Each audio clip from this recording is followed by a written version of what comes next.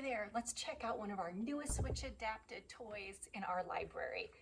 Here's our unboxing for the Busy Ball Popper by Play School, adapted by enabling devices.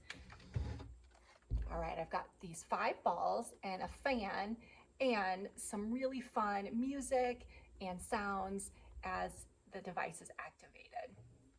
I can activate it with the standard switch here, just by pressing this, or enabling devices has adapted it with a switch port here that I can plug in any device. And in this case, I have my taillight switch right here. And now I have an alternative access to this really fun activity.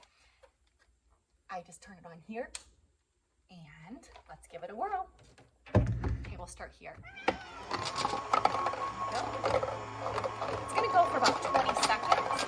If you want to work a little bit on cause effect or requesting, you can turn off the switch here and wait for it. Wait for it. Well, make sure you turn it back on. Now, I've got a kiddo that uses that switch, and here we go again. Having a lot of fun with that.